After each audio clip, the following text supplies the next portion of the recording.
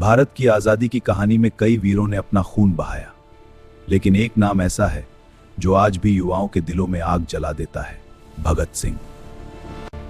मैं भगत सिंह हूं। सिर्फ 23 साल की उम्र में मैंने ये आवाज हर एक भारतीय के दिल में जिगी। लेकिन भगत सिंह केवल एक क्रांतिकारी नहीं थे, वे एक विचार थे, एक प्रेरणा थे। यह कहानी है एक ऐसे युवक की जिसने अपनी जान से ज्यादा देश को प्यार किया।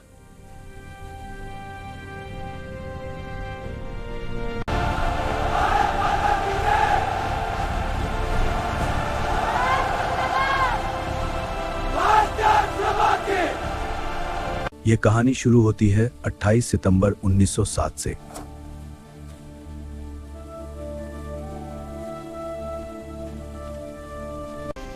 मेरा प्यारा बच्चा, तुम कितने सुंदर हो। बहुत मुबारक हो, हम सब बहुत खुश हैं। हाँ, सब मिलकर इसे प्यार देंगे। हाँ, इसे सब कुछ देंगे। जिसका नाम रखा गया, एक महान नाम। हाँ, यह उसके भाग्य में है। किसी को नहीं पता था कि यह बच्चा आगे चलकर इतिहास बना देगा।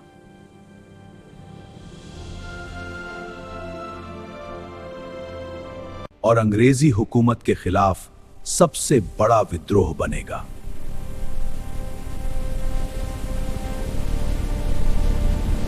भगत सिंह, तुम्हारा जन्म एक ऐसे परिवार में हुआ था। हाँ पिताजी, मैंने आपके और दादाजी के बारे में सुना है। बेटा, हमारे दादाजी ने अंग्रेजी को अपना एक नवासाथी था। बहुत अच्छा, समझदारी।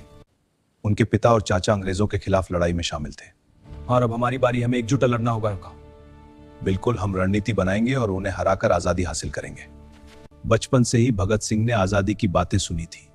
हाँ, हम सब मिलकर अंग्रेजों को यहां से भगाएंगे। भगत सिंह, तुम भी बड़े होकर देश के लिए कुछ करोगे। हाँ, मैं जरूर करूंगा। उनके दिल में भी धीरे धीरे देशभक्ति की आग जलने लगी।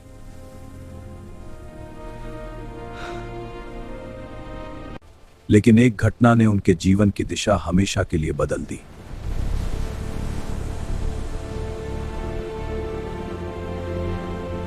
उन्नीस 1919 में हुआ एक ऐसा नरसंहार जिसने पूरे भारत को हिला दिया। यह था अमृतसर का जलियांवाला बाग हत्याकांड।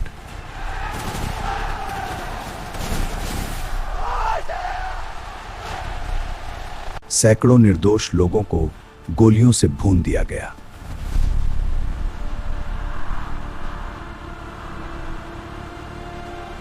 यह खबर पूरे देश में आग की तरह फैल गई। अरे तुमने सुना? बहुत बड़ी खबर है। हाँ, सुन तो लिया पर यकीन नहीं। अगर यह सच है तो बहुत परेशानी होगी। हाँ, हमें जल्दी से सबको बताना होगा। और जब यह खबर छोटे भगत सिंह तक पहुंची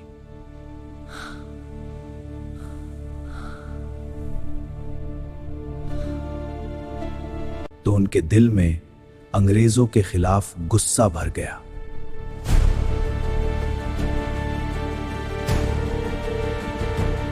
अगले ही दिन वह जलियांवाला बाग पहुंचे।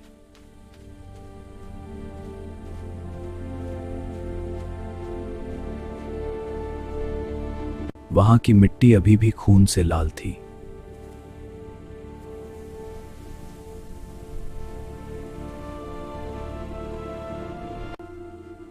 उन्होंने उस मिट्टी को अपने साथ ले लिया।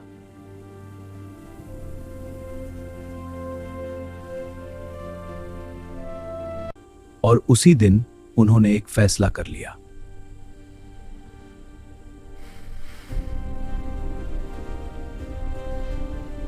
कार्ल मार्क्स, लेनिन और क्रांतिकारी चिंतकों के बाद अब उनका लक्ष्य साफ था, भारत की आजादी।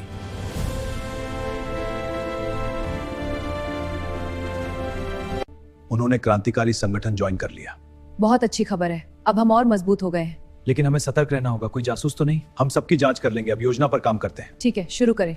चंद्रशेखर जी, आपसे मिलकर गौरवान्वित महसूस कर रहा हूं। तुम्हारी वीरता कहानियां प्रसिद्ध हैं।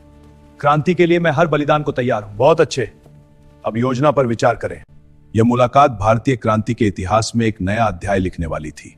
हाँ, हम मिलकर इसे साकार करेंगे। तैयार हो जाओ साथियों। मैं तैयार हूं। समय बीत रहा था, लेकिन भारत की आजादी अभी भी दूर थी।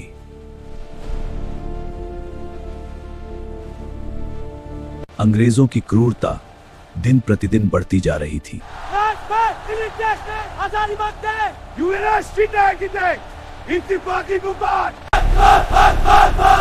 इंकलाब जिंदाबाद, न्याय चाहिए, न्याय चाहिए, इंकलाब जिंदाबाद, न्याय चाहिए। इन आंदोलनों का नेतृत्व कर रहे थे महान नेता लाला लाजपत राय। जिंदाबाद, इंकलाब जिंदाबाद। देश के लिए हम सबको एक होना होगा। 1928 में ब्रिटिश सरकार ने एक आयोग भारत भेजा। आपका स्वागत है, कृपया बैठक में आइए। धन्यवाद, हम तैयार हैं। इस आयोग का नाम था साइमन कमीशन।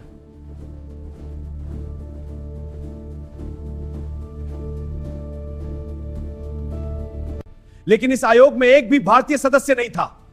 यह पूरी तरह से अन्यायपूर्ण और अस्वीकार्य है। हम मांग करते हैं कि भारतीयों को भी शामिल किया जाए। This is a matter for the crown to decide. इसका विरोध पूरे भारत में शुरू हो गया। हम अपनी आजादी के लिए लड़ेंगे, एकजुट होकर हम जीतेंगे। लाहौर में इस विरोध का नेतृत्व कर रहे थे लाला लाजपत राय। भारत माता की जय, उठो जागो, लो।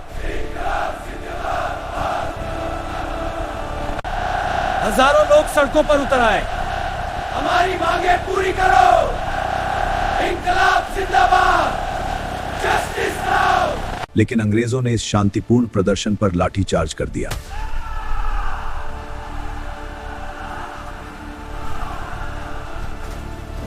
इस लाठीचार्ज का आदेश दिया था ब्रिटिश अधिकारी जेम्स ए स्कॉट ने।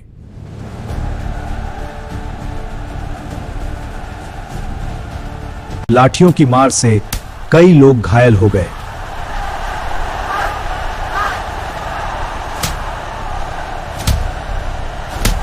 इसी हमले में गंभीर रूप से घायल हुए लाला लाजपत राय। लाला जी, हम आपके साथ हैं, हम आपके साथ हैं। हमें और तेजी से आगे बढ़ना होगा। कुछ दिनों बाद उनकी मृत्यु हो गई।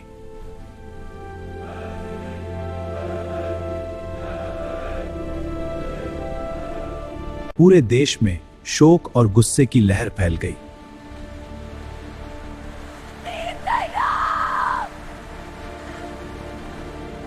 यह खबर जब भगत सिंह तक पहुंची, क्या यह कैसे हो सकता है? नहीं, यह सच नहीं है। हमें और मजबूत होना होगा। तो उनका खून खौल उठा।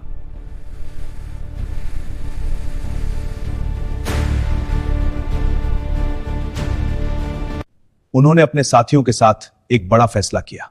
हाँ, अब पीछे हटने का समय नहीं। लेकिन क्या जनता साथ देगी? जनता जाग चुकी है, हमें एकजुट रहना हो। तैयार है।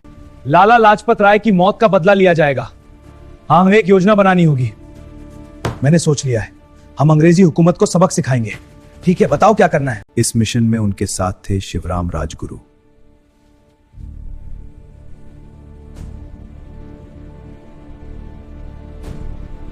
और क्रांति के महान नेता चंद्रशेखर आजाद।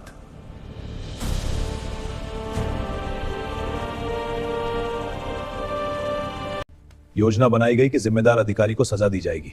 ठीक है, लेकिन हमें हर कदम की पुष्टि करनी होगी। सुरक्षा सबसे बड़ी चिंता है। हम तैयार हैं। तो हम प्रहार करेंगे, सब तैयार रहो। यह मिशन बेहद खतरनाक था। हाँ, लेकिन हमने इसे अंजाम दिया। लेकिन क्रांतिकारियों ने डरना नहीं सीखा था।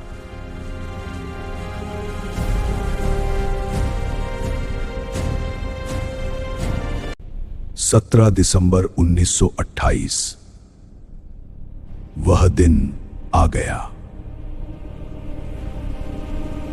लाहौर की सड़कों पर क्रांतिकारी तैयार खड़े थे।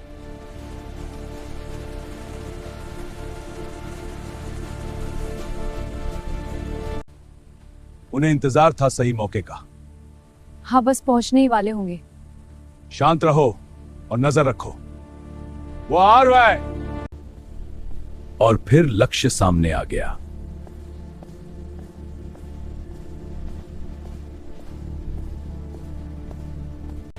इसके बाद जो हुआ, उसने अंग्रेजी हुकूमत को हिला कर रख दिया।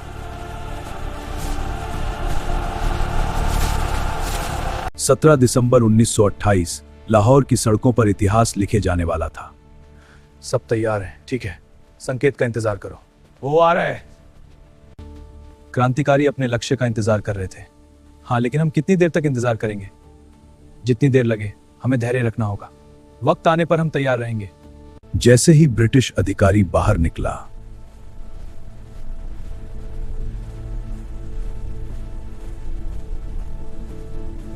शिवारम राजगुरु ने गोली चला दी। जुचोली चाक! ये हजार पिया!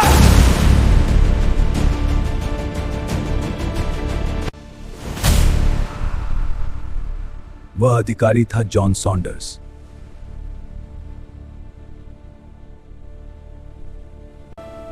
यह बदला था लाला लाजपत राय की मौत का।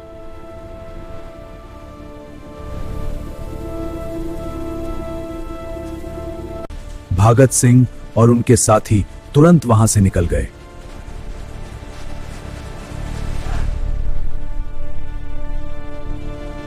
पूरा शहर अंग्रेजी पुलिस से भर गया। Police, stop right there. Hands where I can see them now. लेकिन क्रांतिकारी पहले ही गायब हो चुके थे।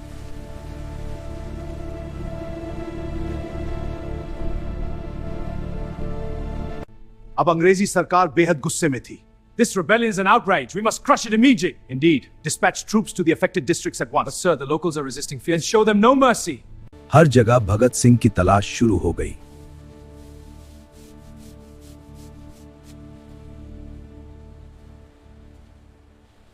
लेकिन भगत सिंह ने अपनी पहचान बदल ली।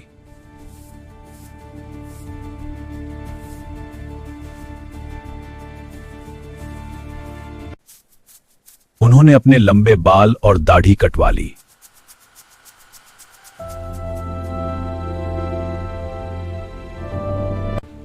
अब उन्हें पहचानना आसान नहीं था।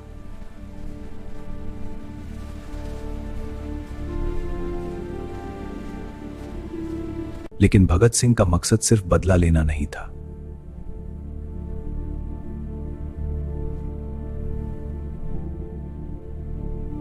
वह चाहते थे कि पूरी दुनिया भारत की आवाज सुने।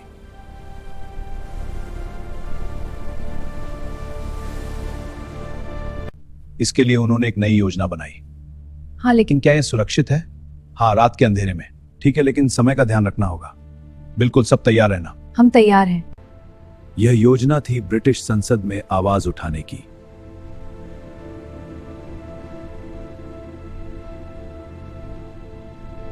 यह था सेंट्रल लेजिस्लेटिव असेंबली बॉम्बिंग का मिशन।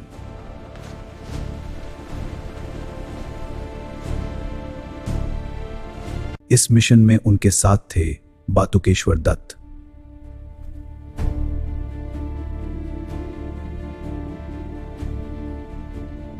ठीक है, हम बम फेंकेंगे, लेकिन किसी को मारेंगे नहीं। यह सिर्फ एक संदेश होगा। हाँ, क्रांति का एक प्रतीक। उनका मकसद था अंग्रेजी सरकार को चेतावनी देना।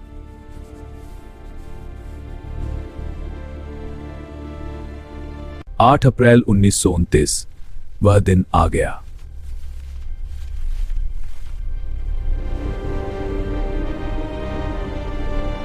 दिल्ली की सेंट्रल असेंबली में बैठक चल रही थी। आज का एजेंडा प्रस्तुत किया जाए। Agreed mister chairman. उसी समय गैलरी में बैठे थे भगत सिंह और बटुकेश्वर दत्त।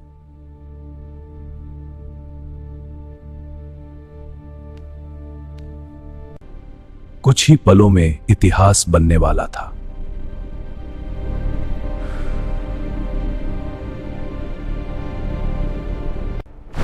और फिर एक जोरदार धमाका हुआ।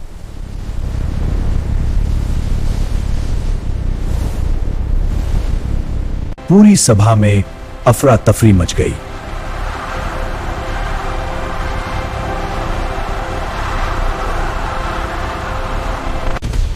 लेकिन भगत सिंह भागे नहीं।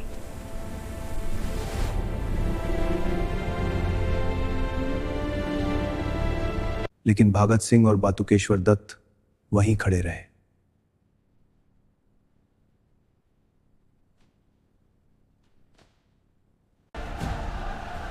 उन्होंने भागने की कोशिश भी नहीं की।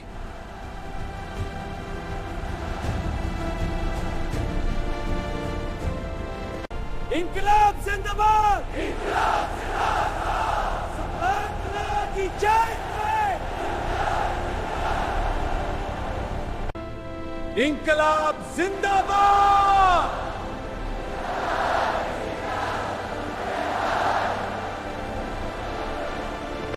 यह आवाज पूरे हॉल में गूंज उठी। इंकलाब जिंदाबाद।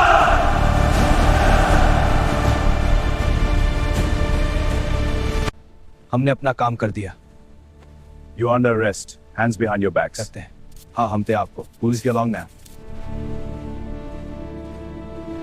We have you now. The rebellion ends here. अब अंग्रेजी सरकार के हाथ सबसे बड़ा क्रांतिकारी लग चुका था।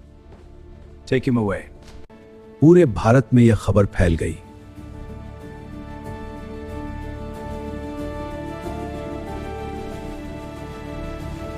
देश भर के युवा प्रेरित हो उठे। हाँ, क्योंकि हमें बदलाव चाहिए। सही कहा, युवा मिलकर ताकतवर है। ठीक है, लेकिन रास्ता मुश्किल है। लेकिन नामुमकिन नहीं।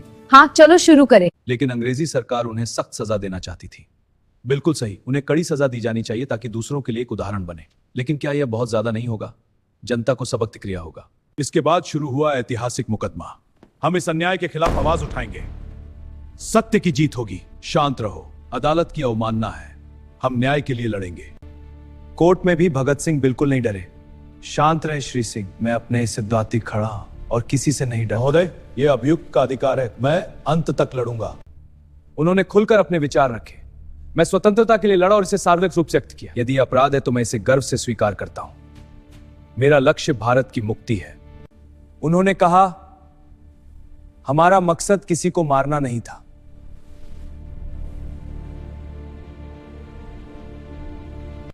हम चाहते थे कि भारत की आवाज दुनिया सुने।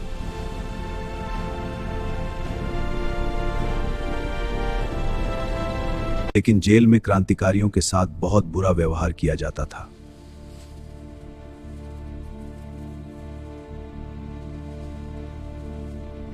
खाना लो, जल्दी करो। ये तो सड़ा हुआ है। हमें हमेशा गंदा खाना मिलता है। चुप रहो, यही तुम्हारे लायक है। ये तो जहर है। जबकि अंग्रेज कैदियों को बेहतर सुविधाएं मिलती थीं। Is everything to your satisfaction, sir? Yes, this will do now. कोई शिकायत नहीं। यह अन्याय है, हमें भी इंसाफ दो। यह अन्याय देखकर भगत सिंह ने विरोध करने का फैसला किया।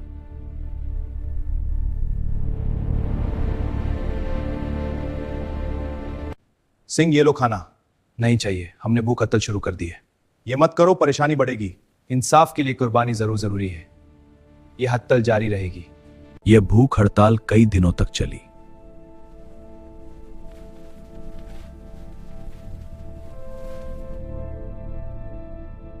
पूरे देश में इसकी चर्चा होने लगी।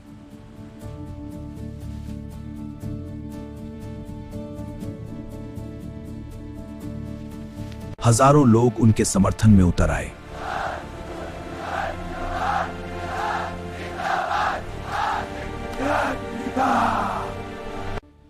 जेल के अंदर उनका शरीर कमजोर हो रहा था, लेकिन मेरा संकल्प नहीं टूटा। मैं अलादीन विस्तारत बन रहा। लेकिन उनका हौसला पहले से ज्यादा मजबूत था।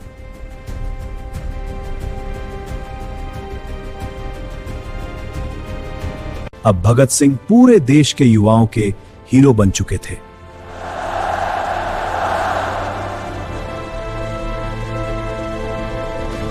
लेकिन अंग्रेज सरकार उन्हें छोड़ने वाली नहीं थी।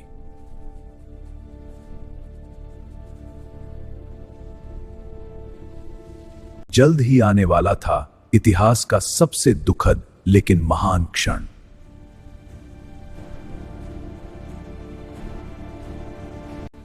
जेल की दीवारों के अंदर संघर्ष जारी था।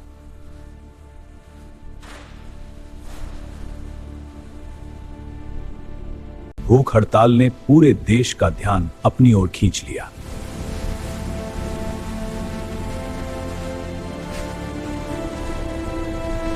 भारत के लोग क्रांतिकारियों के समर्थन में खड़े हो गए।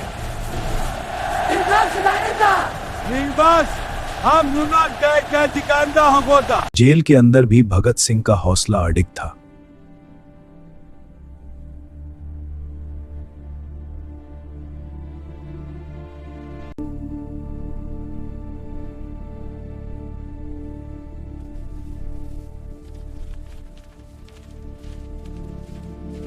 वह इतिहास, राजनीति और क्रांति के विचारों का अध्ययन कर रहे थे।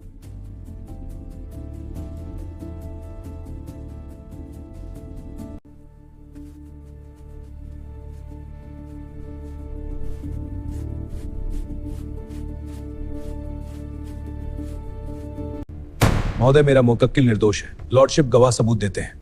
वकील साहब, सर्कमस्टेंशियल है, मोटिव साफ है। शांत रहें। इस दौरान उनका मुकदमा भी चल रहा था। अंग्रेज सरकार उन्हें सख्त सजा देना चाहती थी। हाँ, मृत्युदंड एकमात्र प्रभावी निवारक है। लेकिन क्या यह अत्यधिक कठोर नहीं होगा? नहीं, यह आवश्यक है। आखिरकार अदालत ने फैसला सुनाया। मामले में सभी पक्षों को सुनने के बाद यह आदेश दिया जाता है। यह अंतिम और बाध्यकारी है। भगत सिंह, शिवराम राजगुरु और सुखदेव थापर को फांसी की सजा सुनाई गई। हमारे बलिदान से क्रांति और मजबूत होगी। यह खबर सुनकर पूरे देश में आक्रोश फैल गया। हमें न्याय चाहिए।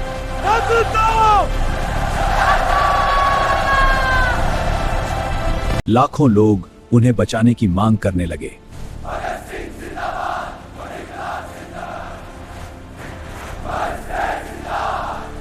लेकिन अंग्रेज सरकार ने कोई दया नहीं दिखाई। This unrest will be quelled.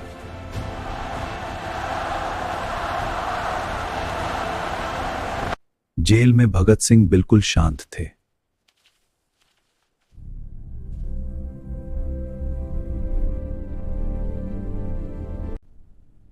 उन्हें अपने फैसले पर कोई पछतावा नहीं था।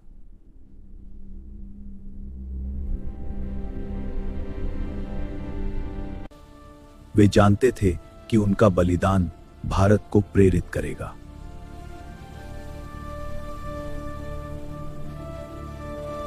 भगत सिंह, तुम्हें देखकर अच्छा लगा।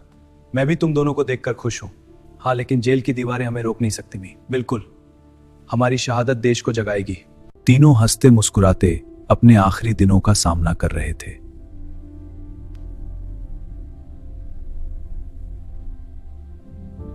वे मौत से नहीं, गुलामी से डरते थे। गुलामी से।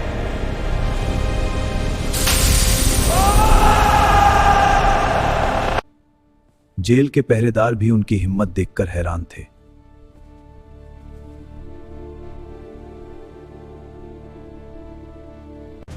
समय तेजी से बीत रहा था।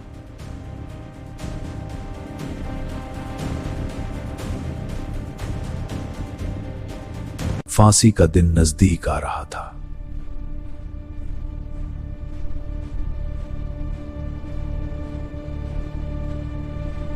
लेकिन भगत सिंह के चेहरे पर डर नहीं था।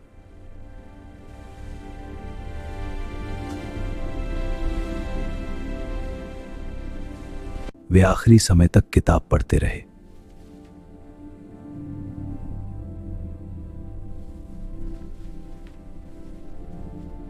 उन्होंने कहा, क्रांति की तलवार विचारों की सान पर तेज होती है। अब इतिहास का सबसे भावुक पल आने वाला था। मैं अपने देश के लिए खुशी से शहीद हो जाऊंगा। वो धीरे धीरे चलते हुए अपनी मंजिल की तरफ बढ़ रहे थे। 23 मार्च 1931 वह दिन आ गया।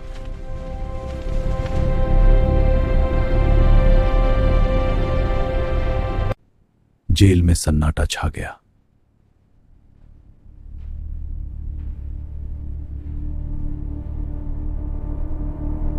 भारत का एक महान बेटा अमर होने वाला था।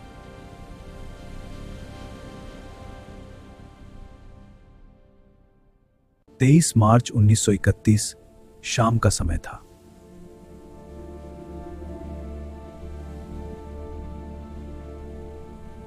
जेल के अंदर गहरा सन्नाटा छाया हुआ था।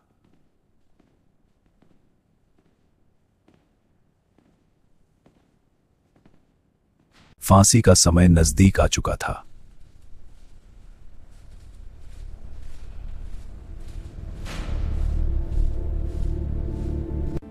लेकिन भगत सिंह बिल्कुल शांत थे।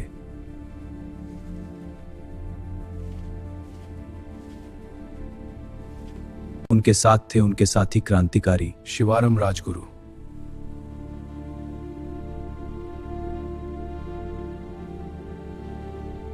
तीनों एक दूसरे को देखकर मुस्कुरा रहे थे।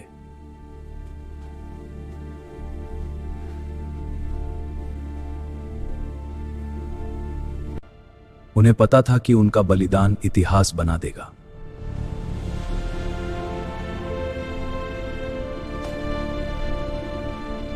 जेल के अधिकारी भी उनकी हिम्मत देखकर हैरान थे। I say these revolutionaries have extraordinary courage. Indeed, their resolve is astonishing. We will not yield. Remarkable. फांसी से पहले भी भगत सिंह ने एक किताब पढ़नी खत्म की।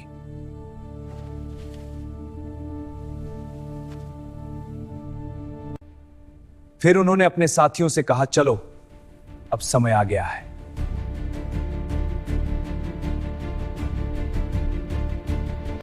तीनों क्रांतिकारी फांसी के तख्ते की ओर बढ़े।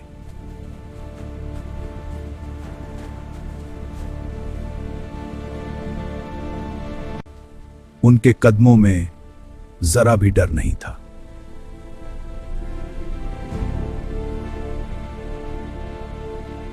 पूरे जेल में उनकी आवाज गूंज उठी।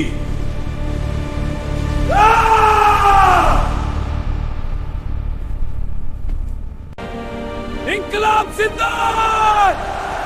इंकलाब जिंदाबाद! साम्राज्यवाद जिंदाबाद! साम्राज्यवाद जिंदाबाद! साम्राज्यवाद जिंदाबाद! साम्राज्यवाद जिंदाबाद! साम्राज्यवाद जिंदाबाद! उनकी आवाज पूरे देश की आवाज बन चुकी थी। वो जिंदाबाद! माता की जय! कुछ ही पलों बाद फांसी का फंदा तैयार था। तीनों क्रांतिकारी बिना डर के खड़े रहे।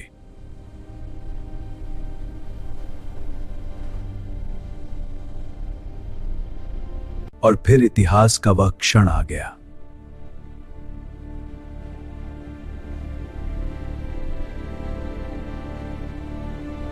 तेईस मार्च 1931 भारत के 3 सपूत अमर हो गए।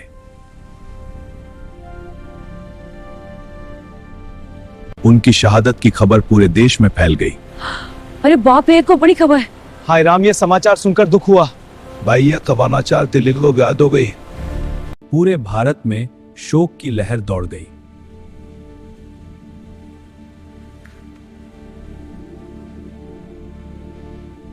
लाखों लोगों ने उन्हें अपना हीरो माना।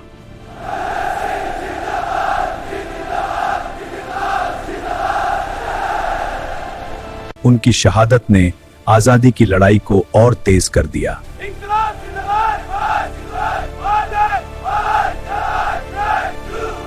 भारत का हर युवा उनसे प्रेरित होने लगा। दोस्तों, हमें संगठित होना होगा। ये पर्चे शहर भर में बांट दो। एकजुट होकर हम आजादी हासिल करेंगे। आज भी उनका नाम सुनते ही दिल गर्व से भर जाता है।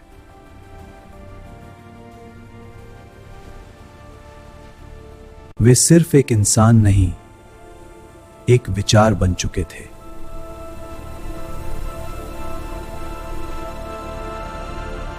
एक ऐसा विचार जो कभी खत्म नहीं होगा।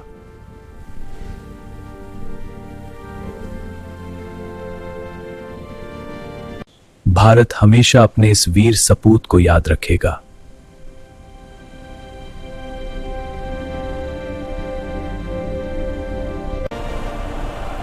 इंकलाब जिंदाबाद!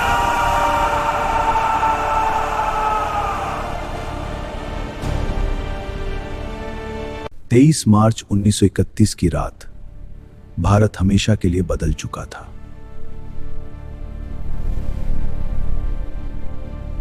तीन क्रांतिकारियों की शहादत ने पूरे देश को झकझोर दिया।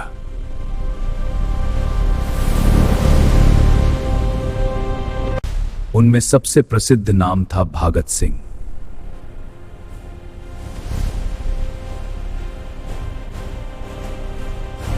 लेकिन उनके साथ अमर हुए शिवराम राजगुरु और सुखदेव थपर।